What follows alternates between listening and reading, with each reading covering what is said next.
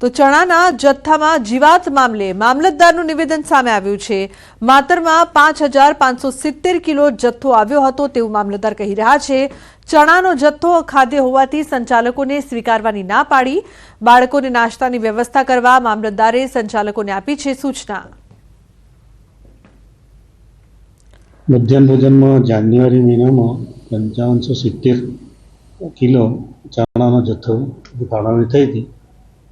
Godown पर आया ने एमडीएम संचालक को लेवा गया तो चना जत्थो बहुत अखाद्य जीव हतो, अंदर से जीवड़ा निकलता था એટલે તમામને અમે अन्य वैकल्पिक व्यवस्थाओं बीजी जे કંઈ મેનુ હોય મેનુ ફેરફાર કરીને પ્રમાણે નાસ્તો ભોજન આપવા વ્યવસ્થા કરેલ છે। સંચાલકોને સૂચના બી આપેલ છે। तो चणाમાં જીવાત મામલે પુરવઠા અધિકારીનું નિવેદન। જથ્થો આવ્યો ત્યારે ક્વોલિટી ટેસ્ટ કરાયું। ક્વોલિટી ટેસ્ટમાં જથ્થો પાસ થયો હતો। ક્વોલિટી ટેસ્ટ બાદ જીવાત પડી હોઈ શકે। બાળકો માટે વૈકલ્પિક વ્યવસ્થા કરાઈ છે। આ જથ્થો આણંદથી ફાળવવામાં આવ્યો હતો। જ્યારે જથ્થો આવ્યો હતો ત્યારે એનું ક્વોલિટી ટેસ્ટ કરવામાં આવ્યું હતું અને ક્વોલિટી ટેસ્ટ પાસ થયો છે। એના પછી કદાચ આ જીવાત પડી હોઈ શકે તો એ તપાસની વિષય છે, પણ આપણે જ્યારે ઇનિશિયલી આવ્યો હતો ત્યારે એ ક્વોલિટી ટેસ્ટ થઈને જ આવેલો છે। ચણા છે આપણે જસ્ટ 1 કે 2 દિવસ આપવામાં આવે છે, રોજે રોજના મેનુમાં હોતો નથી અને એની સાથે સાથે ઉપરાંત પણ બીજું પણ હોય છે, એટલે આપણે વૈકલ્પિક વ્યવસ્થા કરેલી છે। તો રાજકોટમાં પાયલ હોસ્પિટલમાં વિડીયો વાયરલ થવાની ઘટનામાં 3 આરોપીઓની સાયબર ક્રાઇમે ધરપકડ કરી લીધી છે। 3 આરોપીઓને મેડિકલ માટે લઈ જવામાં આવ્યા હતા। સાયબર ક્રાઇમની ટીમે 1 આરોપી ઉત્તર પ્રદેશ અને 2 આરોપી મહારાષ્ટ્રથી ધરપકડ કર્યા છે। આ ઘટના બાદ અમદાવાદ અને રાજકોટ ક્રાઇમ બ્રાન્ચે પૂરજોશમાં કામગીરી હાથ ધરી છે। રાજકોટ સીસીટીવી વાયરલ વિડીયો મામલે મહારાષ્ટ્રનો પ્રજ્વલ તૈલી મુખ્ય આરોપી। 8 મહિનામાં આરોપી પ્રજ્વલ તૈલી 1 લાખ કમાયો। 800 થી 2000 રૂપિયામાં વિડીયો વેચતો હતો। યુપી પ્રયાગરાજનો ચંદ્રપ્રકાશ વિડીયો અને ફોટા ઓનલાઈન વેચતો હતો। હેકરના આઈપી એડ્રેસ રોમાનિયા અને એન્ટાલિયાના છે। દેશની 60-70 હોસ્પિટલના વિડીયો હેક કરવામાં આવ્યા છે। આરોપીની ટેલિગ્રામમાં 100 થી વધુ સબસ્ક્રાઇબર છે। હોસ્પિટલ ઉપરાંત થિયેટર, મોલ સહિતના મહિલાના વિડીયો મળી આવ્યા છે। પાયલ હોસ્પિટલના ડેટા હેક કરાયા હતા। 2 અલગ અલગ થિયરી પર પોલીસ કામ કરી રહી છે।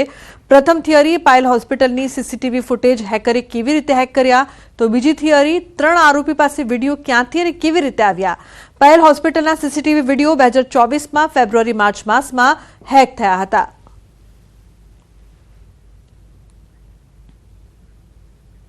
તો અન્ય સમાચાર સુરતથી એમડી ડ્રગ્સની હેરાફેરીનો પર્દાફાશ। 2 રિક્ષા ચાલકની ડ્રગ્સ સાથે ધરપકડ કરવામાં આવી છે। મુંબઈથી ડ્રગ્સ લાવ્યા હોવાનો ખુલાસો થયો છે। શોર્ટકટથી પૈસા કમાવા ડ્રગ્સના રવાડે ચડ્યા। આરોપીઓ પાસેથી 5.54 લાખનું ડ્રગ્સ ઝડપાયું છે। ક્રાઇમ બ્રાન્ચે વધુ તપાસ શરૂ કરી છે। બંને બાતમીવાળા ઇસમો આવતા એમની પાસેથી 54 ગ્રામ 55 ગ્રામ જેટલું એમડી મળી આવ્યું હતું, જેની અંદાજે કિંમત 5.5 લાખ રૂપિયા જાય છે। આ બંનેને ધરપકડ કરી અને એમના વિરુદ્ધ ગુનો દાખલ કરી અને આગળની કાર્યવાહી ચાલુ છે। તો અમદાવાદની યુએન મહેતા હોસ્પિટલ પાસે ગેસ લાઇન લીકેજ થતા આગ લાગી હતી। ખોદકામની કામગીરી દરમિયાન ગેસ લાઇન લીકેજ થતા જ આગ લાગી। ફાયર વિભાગની ટીમે ઘટના સ્થળે પહોંચીને આગ બુઝાવવાનો પ્રયાસ કર્યો। ભર ટ્રાફિકમાં આગ લાગતા લોકોમાં ડરનો માહોલ સર્જાયો હતો। સદનસીબે આ ઘટનામાં કોઈ જાનહાનિ નહીં।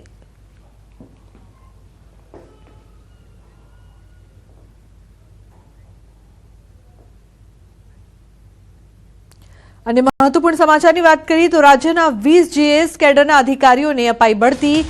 ગેસ કેડરના અધિકારીઓને આઈએસનું પ્રમોશન। ભારત સરકારના પર્સનલ ડિપાર્ટમેન્ટ દ્વારા બઢતી। રાકેશ વ્યાસ, ચંદ્રેશ કોટક આઈએસ બન્યા। આ સાથે ભારત સરકારના પર્સનલ વિભાગમાં અગાઉ ફરજ બજાવી ચૂકેલા સંજય જોશીને પણ આ સૂચિમાં સ્થાન મળ્યું છે। આ નોંધપાત્ર પ્રમોશન રાજ્યના પ્રશાસનિક વર્ગના મહત્વપૂર્ણ બદલાવ લાવનાર ગણાશે, કેમ કે ગેસ કેડરના અધિકારીઓને આટલા મોટા પ્રમાણમાં આઈએસનો હોદ્દો પહેલીવાર મળ્યો છે।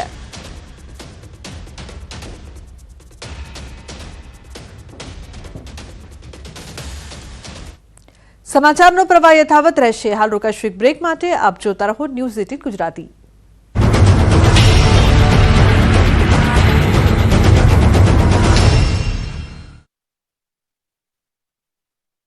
રાઉન્ડ ગુજરાતમાંથી હવે લગભગ શિયાળાની વિદાય થઈ ગઈ છે. મોટાભાગના શહેરોમાંથી